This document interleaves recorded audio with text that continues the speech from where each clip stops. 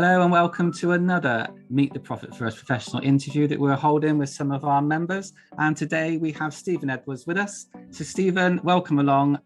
Please just introduce yourself and give us a brief introduction about your business. Yeah, hi Tim, glad to be here. So my name's Stephen Edwards. We've been going for 9 years. I started it pretty much on my sofa, I guess. I had no office in the early days. And we've, so it's been a journey and we've sort of grown in the last few years, but it's been fun. Excellent. So when you started on your sofa, was it just you on your own looking for clients? How did that come about? Yeah, so I think my first client, well, I had a side client base, a side hustle, as people call it nowadays. And it was probably about 40-50% of my income at that time, which was probably quite modest. But my first client, I actually was friends and family. So it was someone I knew at the gym. He was a PT, and it just kind of built, and it got to the point where I looked forward for the next few months. I was actually on holiday in Weymouth at the time. I looked forward for the last 6 months, and I realized I had enough money to live basically off just my clients. And I thought, well, if it all goes wrong, I've got a 6-month runway and we can kind of see what happens then. And so, yeah, early days, it was pretty much people I knew, but I did also have a website in the background that my employer didn't know about, actually. And that kind of gave me a bit of a head start. And so how long was it before you left that employment and then it didn't become a side hustle anymore, would you say? Yeah, so the interesting thing was when you kind of fully let go, have this conversation with some friends now who've got like a little side business, and I there was no intention behind this, but I've learned since that some people say it needs to be at least 25% to maybe make that jump. Yeah. But my plan initially was so I guess it was a bit more safe. My plan was to do some subcontracting as well. So I thought I'd do maximum 4 days subbing, which gave me a day back to myself, as opposed to working for someone else 5 days a week. And within probably a month, I didn't want to do 4 days. It went down to 3 days. And within 3 months, I didn't want to do any subcontracting. I had enough of an income. And I think that was from putting myself out there and really announcing that basically I was working for myself. Yeah, and that's the key thing, isn't it? You have to put yourself out there. You have to let it be known that this is you and this is what you're doing. And so in these early stages, what sort of services were you providing? Was it more compliance focused at that point? Yeah, it was mainly compliance, although I was still quite an avid learner at that stage. So I think I've just been a lifelong learner because we train as accountants, and then I was looking for the next qualification. I wanted to do something else. And I put my attention towards the accounting forums, actually. So it was Accounting Web, the AAT forums, even though I'm ACCA, I did the AAT first. And it kind of taught me what people were doing in terms of how they were servicing their clients. And one of the things I noticed was that my firm, which was quite a big established sole practitioner that come from a bigger local practice originally, they weren't being as proactive as some of the smaller practices. And I could see some gaps. And one obvious example was, I actually remember specifically that a lot of people were not doing anything to do with going from a sole trader to a limited company and taking advantage of entrepreneurs relief at that time, which is obviously a technical thing if anyone's watching this and not an accountant, but there was I wouldn't call it a tax loophole, there was an opportunity. And so straight away I saw that was value add for my clients. I had a focus early on, how can I do a bit more than my employer? And that kind of demonstrates that proactive mindset that fits in so nicely with being a profit first professional, doesn't it? You've kind of linked it quite nicely for me. To be perfect. Yeah. So I won't go straight into that quite yet, but so you built your business up around what you're talking about, and you had this great tactic to help people with, which is what obviously we all want to do.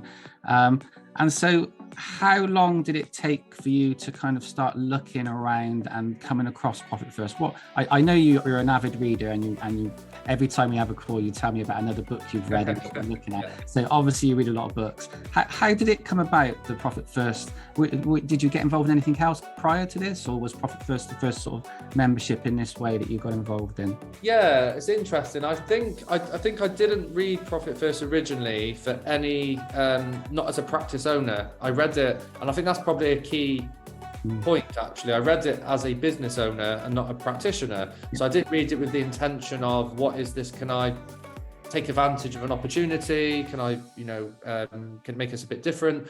I kind of, and that's what the book is obviously designed for, is a business owner to solve a lot of their financial problems. For me, it was just out of interest. It was a bit different. It was, I loved how simple the language was. I loved how Mike's personality shown through the book, and it's just so relatable. And I just had the feeling when I come across the book, and this was about 4 years after I started the business, I'd say, maybe 3 years. So around 2016 time, I think it was. And I just wish I read it sooner. It just, a lot of stuff resonated with me. And then I think I put it on the shelf. I didn't really absorb everything. And it's around 2017. We were in France, actually, in a big family holiday. All of Becky's family. There was probably about 20 people there in total. And I was literally sat near the pool reading Profit First. And I was kind of like spreading the message to some of the family members, probably boring them to death, saying, "Oh, this is really interesting." And the penny dropped with me that I was chasing turnover in my own business, if I'm honest, at that stage. And that's kind of what got me in. And it took another 2 or 3 years to actually become a Profit First professional. Yeah, no, I understand that. It's interesting that you read it in the concept of a business owner, which I agree, that is how the book is written. It's aimed at entrepreneurs, isn't it? They run businesses, etc. Yeah, it's interesting, because when I read it, I literally was 2 chapters in, and I was, boom, I'm going to get in contact with these guys. I want to do this. And so straight away, I looked at it in a completely different way too. But it's just interesting, isn't it? Yeah. how everyone's minds work and what we see in different ways. But yeah, I totally agree with what you're saying about how it's written.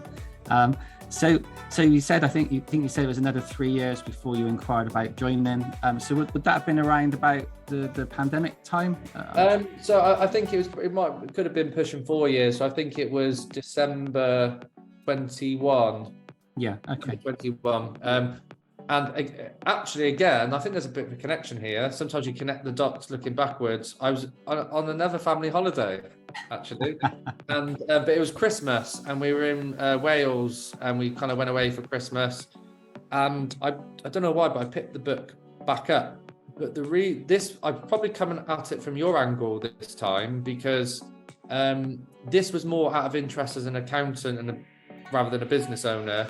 And the reason I think that drew me back to it was I've been in a lot of different business groups, masterminds, and I kept on being asked, when people say, "What do you do?" I say, "I'm an accountant." And then they say, "What type of accountant are you?" And you get bored of just saying, "Well, I'm a normal accountant," or I'm, even just saying we do tax, it's just a bit boring to me. And a few people also talked about Profit First, and I made the connection. I literally woke up in the middle of the night, probably about 3 a.m. in the morning, and in my head I've been searching for a USP, more of a cause, more of a purpose in the business, something to make us stand out. And I just basically woke up and said, I'm going to sign up for Profit First in the middle of the night. I love that. I love that. And so when someone says to you now what type of accountant you are, what do you say? I say I'm a Profit First accountant. Yeah. What a difference. What a difference. And as you know, we were at the Digital Accountancy Show last week, and it became quite apparent lots of people were coming up to talk to myself and Duncan about Profit First, because they're not members of Profit First Professionals, but they've got clients asking them if they know about Profit First. So Profit First is becoming really well known in the UK now, and it feels like we're on the cusp of a real upturn in businesses using Profit First, which we want. because we want everyone to be successful. That's the whole point of this. Yeah. And going back to your point when you were just saying you're a normal accountant, of course, there's nothing wrong with that. But the downside to that is it tends to be looked at compliance only. And with compliance only, it becomes a commodity, and then you're price shopped by your prospects because they're just going to try and get the lowest value they can get for the work that's going to be done for them. Whereas when you're adding in the advisory strategies of Profit First, it's a high value addition, isn't it? And how have you found that, bringing that into your business, working with some of your clients since you certified as a Profit First professional? Yeah, so it's been a transition. It's been, and that's my kind of philosophy in business. I think some people get stuck in action by wanting something to be perfect. So I more kind of dive in, test it, see what works, and I got a lot of traction very early because I was quite excited, enthusiastic going through the training program, and I got some clients on board really early, and pretty quickly we, tripled our return on investment per month of what we were investing. And so, but I've still, to some extent, I still had my training wheels on, but I got the philosophy. I had enough knowledge. It resonated with me. I knew it can make a difference, and I didn't want to hold off impacting our current clients. So that's evolved, and we've had some amazing stories in the last 12 months. I've shared some of them socially, and I've had to look back and remind myself the impact it's had. So we had one business that was doing multiple £1 million revenue, but relying on funding. E-commerce never turned a profit, and we worked together, and they turned a profit within 2 months. Yeah. So, yeah, it's just, you can't make that up, can you, really? And how obviously there's 2 questions of this. I'd like to know how that makes you feel, but I'd also like to know what the reaction from your clients been in that situation. Yeah, so for me, to be honest, you don't feel like you go looking for this, and we all want to feel like we're confident enough to, just wear our own skin. But it was a sense of validation and absolute proof of, that it's not just me talking, this is working. Yeah, I understand that. Yeah, not just that's part of the journey, isn't it, as well? Yeah. That once you've done it and you see the results, you think, I can do this. This actually is working, and I can do it. So that's great feedback. And yeah, from the client's point of view, I'd be interested in what their thoughts were. Yeah, I can see a kind of a real shift, a real mental shift in terms of why. That relates back to them as a family. Why am I in business? What is this about? It's really about us. It's not about the business. It's about us at the end of the day. The turnover in business could be 100 million, but if you're not paying yourself anything, it means nothing to you. So I can see a shift in the client with why they're in business. Yeah. And so I think that's been a big shift that's going to stay with them for the next few years. No, that's excellent. And that's a great example of how Profit First works with clients in your business. And what about in your own business? Because obviously I'm not asking you to share any numbers, by the way, but part of being a Profit First professional, the training is implementing Profit First in your own business and then keeping on track of that as you move forward. Is everything going smoothly for you in that scenario as well? Yeah, so it's, I follow pretty much exactly the same process of basically putting a plan in place, looking at the gap. And when I first done a profit assessment for myself, and I looked at the gap, I felt quite angry, actually. I felt angry that I'm making this harder than it needs to be. I felt angry that I'm keep on chasing turnover, but actually if I can make this work with what I've got. I can reshape, remode the business now. So I felt angry, and that angry then turned into excitement because it's an opportunity, to take advantage. And we've just had, there's a lot of different factors, but Profit First is a big part of that. We've just had our best year ever on any metric you want to choose, really. So whatever financial metric we choose, we've just had our best year ever. And I think once you've kind of got the bug and you've implemented it, it's irreversible, really. You can't change how you operate your business. Yeah, that's amazing. Thank you. And that's great to hear. And I don't want to dwell continually on about profit first being this wonderful thing, because we know it is, and anybody should be aware of that. But let's just go back to your business a little bit more. And so now you're working with people or some clients on profit first, and obviously you still offer all your other services, etc. What's the type of client that you work with, or you like to work with, or you're looking for at the moment? Not necessarily looking for, but who's your ideal sort of clients that profit first will work with for you? Yeah, so it's been one of the big changes and one of the big advantages with being a profit first firm is we seem to automatically attract the right client, really. That there are some clients naturally that, you know, they're having a really tough time in their business, but generally speaking, the people that are into profit first, they read books, their entrepreneurial mindset, their growth mindset, they want to improve their business, they want to improve themselves, and they're willing to invest in themselves and their business. You know, they're not just looking at a cost, they're looking at it as an investment. So we've attracted more of those sort of people, and it's just an easier conversation. You kind of have to do less selling to separate yourself, because people are already sold on profit first. Where I guess it's a little bit more of a challenge, or something we need to improve and refine over time, is people that are new to profit first, or they don't know about profit first. So they're coming, so we just have to, you know, there's a lot of assumed knowledge we've got in our own head, so we just need to kind of find the right way of easing people into how powerful profit first is. But I've got some really good stories of, you know, of that with my existing client base. Yeah, exactly. And that helps you share that knowledge and the story of how that's worked for them. And if it's a similar business in a similar position to what they were, perhaps it's an easy kind of understanding for the client, isn't it, to see where they can go with you.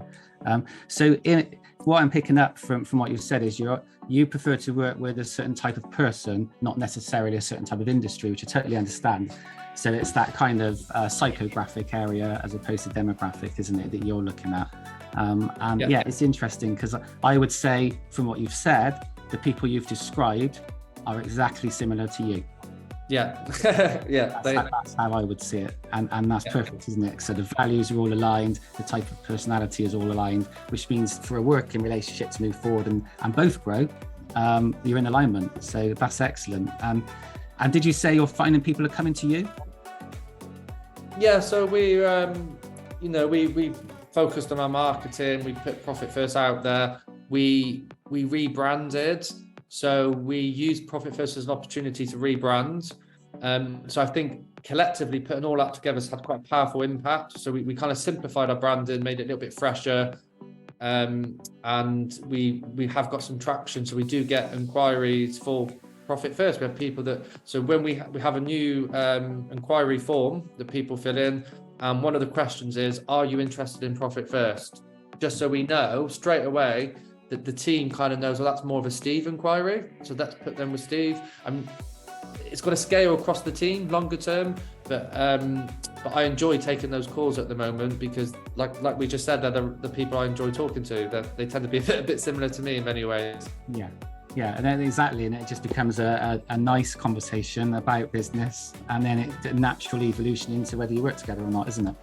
Yeah, understand that. Okay, so that this is great, and so the other thing I would like to understand is, how do you provide Profit First to your clients? Do you have strategy sessions? So what does that look like? I'd just be interested in how it works for you, how it works with your clients, and what works best, I guess. Yeah, so originally, I don't want, like I say, do you want to get stuck in being perfect, and you don't want this paralysis by analysis type thing. So I pretty much ran with what Profit First HQ offered in terms of a structure. So they called it the ECROP. I can't remember exactly what that stands for, of evaluation. Nor can I to be. So I think Duncan said, don't ever call it an ECROP. That's probably why, because no one can know what it is. But the thing is, there's a structure there, and that structure was pretty much, you do the rollout plan, and I don't necessarily call it the rollout plan to clients. It's basically a Profit First plan for them for the next 18, 24 months. a bit like a financial plan. And we do that at the beginning, and then we do the expenses analysis, and then we make sure they're doing their allocations. And then it's quite hands-on for the first couple of months. So the first couple of months, we're having those meetings, and then a couple of follow-through meetings to make sure that they're taking action, essentially. And then it fell into this kind of quarterly review, which I've been doing, and I've adapted some of the documents at Profit First HQ into an Excel-based one that works for me. And that's really just to make sure, the way I explain it, which is I think works for us, is that reading the book is like having access to the gym. You know the tools, the equipment's there, but we're the personal trainer to help you get results and to keep you accountable. And that's how I really explain it to people. And that, it's really good in terms of muscle gain, fat loss, that it's small, incremental, just stick at it consistently over the long term. So that's my approach, but it's adapted into 2 or 3 packages over time, because we want to just make it accessible to different clients, and we feel they can probably evolve, and we can help them a bit more hands-on over time if they start on a lower package. Yeah, no, that sounds really good, and it's giving everybody the opportunity to be successful with Profit First at whatever level they're at. So that makes perfect sense, and your gym analogy is yeah, I'm totally on board with that. There's going to be people within your client base that need slightly different strategies. They might have different goals, they might have different aims, and therefore working with you in that way, it's like someone goes to the gym and they've had a knee injury, so they need a certain focus on different muscles to somebody else who wants to build up body mass, don't they? So yeah, it's a great analogy, and that's how it works, isn't it, with our clients in that way. What would you say? So you joined, I think you said December 21. Yes. And in March 22, myself and Duncan were announced as the license holders in the UK. So before that, you'd have been talking to the Profit First guides in the US, group meetings with Ron, and then all of a sudden, it's me and Duncan. We're in the UK. How do you feel that's worked for you over this period of time? Because that's kind of probably splitting bang in the middle from where we are now, from when you joined, in a way, isn't it? Trying to quickly do some maths on the months. Yeah. How does that work for you? So I think originally I was just head down doing my training. I think it was Liz. Liz Sport, yeah, that's it. She was my guide, and we're just going through the content. And so when the change was announced, originally, I guess I was just a little bit neutral, early days, because I didn't know what to expect. I'm still new myself in many ways. But pretty quickly after, the first couple of months or so, I can see just a far bigger focus on the UK. So it was kind of on me. I can see with the US space, it was kind of on me just to show up to different things, and it's our service. Yeah. Whereas since it's been more UK based with you guys, there's a nice level of accountability and more of a sense of a tribe and community that. But the great thing about it is we've still got access to all the US things. So in a way, we've just got extra value and extra resource. But I think it just gives us a lot more direction in terms of where we're going in the UK with our practice. Yeah, no, that's great to hear. Thank you for sharing that. Yeah, I'm sorry to put you on the spot with that question. That was probably a bit of an awkward one. That's okay. But yeah, no, it's just interesting to understand, the thought processes with everyone, with all our members. I mean, we've certainly doubled our membership in this time. And the feedback from some of the members we met last week in person was what a lovely community we're building. But as always, everything's a step process, and we can still make it better. But yeah, thank you for sharing your thoughts on that. And so, you're going back to your business. You started on the sofa as a side hustle. You built it up. You've joined Profit First. You were Profit First Professional of the Year in the UK last year as well. We should not forget to mention that. So congratulations. Yeah.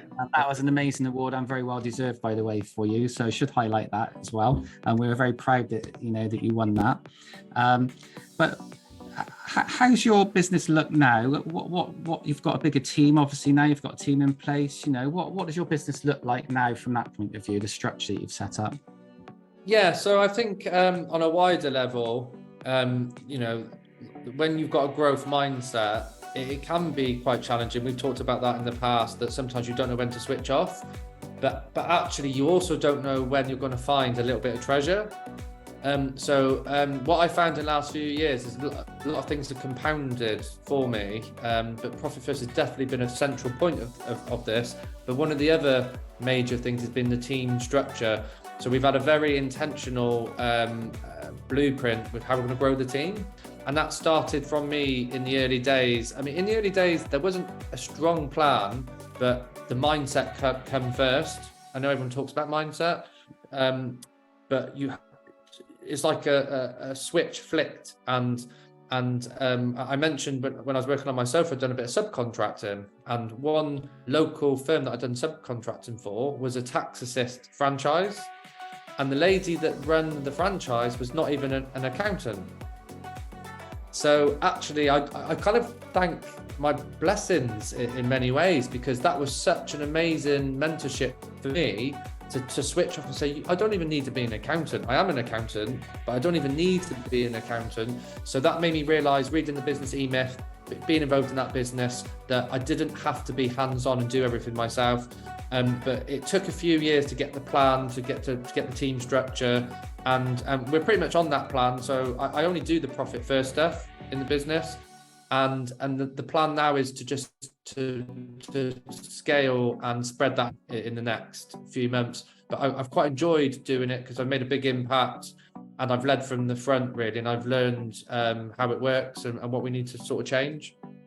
Yeah, and on that note, what did you do in May this year? Yeah, I thought that you was teeing me up for that. I was.